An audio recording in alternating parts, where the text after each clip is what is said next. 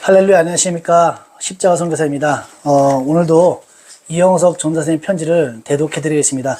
아마 오늘이 마지막 편지일 것 같아요. 23일 날 성건날을 앞두고 마지막 편지를 보내주신 것 같습니다. 자, 사랑하는 구독자분들께 모두 강건하신지요. 저는 4월 10일 총선을 수용소에서 지켜보았습니다. 수용소에서는 밤 9시 정각에 TV 전원을 끄기 때문에 결과는 다음날 10일 오전에 알게 되었습니다. 개표 초반부터 저녁 9시 직전까지는 국민의힘 우세로 가다가 10시 이후로 계속 민주당 쪽으로 표가 뒤집혔나 봅니다. 특히나 전현희 민주당, 윤희숙 국힘 두 후보 표차는 9시까지 윤희숙 후보가 우세한 쪽으로 가고 있어서 당선될 줄 알았는데 많이 뒤집혔더군요. 30년 만에 수기표를 추가로 도입했으나 별다른 효과를 보지 못한 듯 싶습니다. 저들이 마음만 먹으면 미리 찍어놓은 투표함을 개봉시켜서 얼마든지 조작이 가능할 것이라는 생각도 듭니다. 200석의 절반 수준인 108석을 차지한 것도 참으로 다행이라면 다행입니다. 야당 200석 이상 개헌 가능한 끔찍한 상황만큼은 일어나지 않았을까요? 이것도 어찌 보면 기회겠죠. 하나님께서는 또다시 대한민국을 과거 이스라엘 백성들처럼 광야로 내보내셨습니다. 저들의 죄가 낱낱이 밝혀질 때까지 우리들은 또다시 맞서 싸워야 할 것입니다. 원망하지 맙시다. 자유통일당이 한석도 얻지 못한 것에 대해서는 커다란 의구심마저 듭니다. 21대 총선에 이어서 20회 총선 또한 부정선거 의혹에 대한 생각을 지울 수 없습니다. 게다가 언론의 좌평양된 보도가 크게 저한 것 같습니다. MBC는 진심으로 너무하더군요. 저녁 8시 뉴스를 보면 새로운 뉴스는 거의 없고 윤석열 대통령을 네거티브하면서 여당을 공격하는 방송만 내보내더군요. 이종섭 호주 대사를 이재명이 입을 벌려 도주 대사로 공격하고 최상병 특검, 김건희 특검, 입틀막, 파틀막 등등 여러 가지 용어 전술로 야당을 찍어 누르기에 능수능란했습니다. 그런데 여당은 야당의 용어 전술에 전혀 맞대응하지 못했습니다. 야당 제3당을 읽어낸 조국혁신당의 슬로건 3년은 너무 길다. 이 문구를 보고 홍보 전단을 보니 기가 막히게 제작을 했더군요. 솔직히 더불어민주당, 국힘, 더불어민주연합, 국민의 미래, 개혁신당, 녹색정의당, 조국혁신당, 자유통일당 모든 제작 홍보 전단 중에서 조국혁신당 제작물이 압도적으로 잘 만들었군요. 저는 수용산에서 각 정당 홍보물을 유심히 훑어보면서 진짜 배울 건 배워야겠다는 생각을 했습니다. 조국혁신당의 3년은 너무 길다는 문구는 야당을 결집시키고 중도층을 선동하기에 충분한 파급력을 가졌습니다.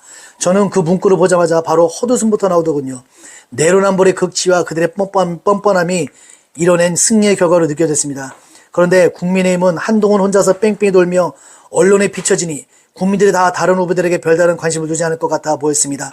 저들의 용어 전술에 적극적으로 응수하며 전투력을 꺾을 만한 투쟁력 있는 후보가 거의 없이 양반들만 모아놓고 선거를 치는 게 아닌가 생각합니다.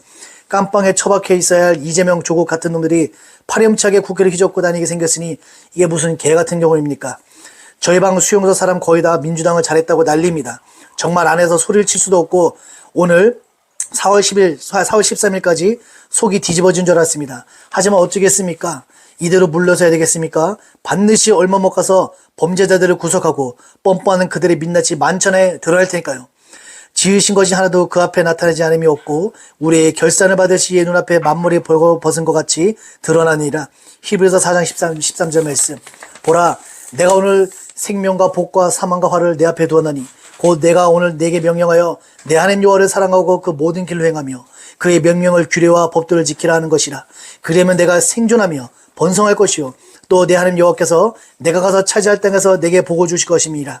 그러나 내가 만일 마음을 돌이켜 듣지 아니하고 유혹을 받아 다른 신들에게 절하고 그를 섬기면 내가 오늘 너에게 선언하노니 너희가 반드시 망할 것이라. 신명기 30장 15절에서 38절 말씀. 하나님께서는 하나님의 때에 선악간에 행한 모든 행위들을 판단하시고 정확하게 심판하실 것입니다. 생명과 복을 누릴 것인가, 사망과 화를 당할 것인가. 생사화복의 주인 되신 여호와의 말씀을 듣고 지켜 행하면 번성의 축복을 누리겠지만 말씀을 듣지 않고 하나님 외에 다른 것을 섬기면 반드시 망할 것이라고 명확히 말씀하십니다. 현재 야당 대표를 포함한 대부분의 정치인들은 정부 주사파 세력입니다. 주사파, 김일성 주체사상을 신봉하는 다른 말로는 태양신, 김일성을 지칭하지요. 숭배 사상을 뼛속 깊이 숭배하는 명명백백한 우상 숭배 종교 사상입니다.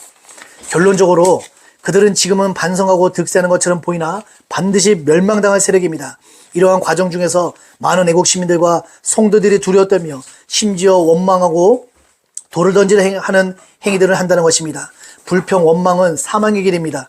만약 하나님께서 대한민국을 멀리하셔서 망하도록 내버려 주셨다면 저들이 200석 이상을 차지하도록 하셨을 것입니다.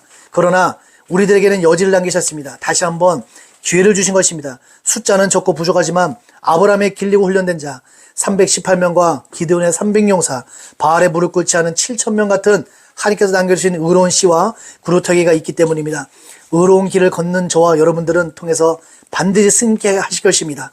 저는 현재 성경 통독 3독을 하면서 전강호 목사님의 말씀표와 손은배 목사님의 지식의 저주 책을 2번 이상 필독하였습니다. 읽을 때마다 드는 생각은 우리의 생각은 한계가 있고 어리석으며 오직 하나님의 계획만이 완전히 서리라는 말씀에 확신이 점점 강해집니다. 지금 우리는 하나님의 시선 가운데 시험을 치는 중이라 생각합니다.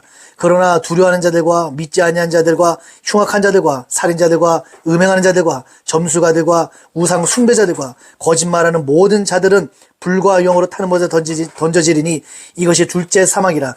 계시록 21장 8절 말씀. 제가 항상 편지 끝맺음에 강하고 담대하십시오라고 쓴 이유가 바로 그것입니다.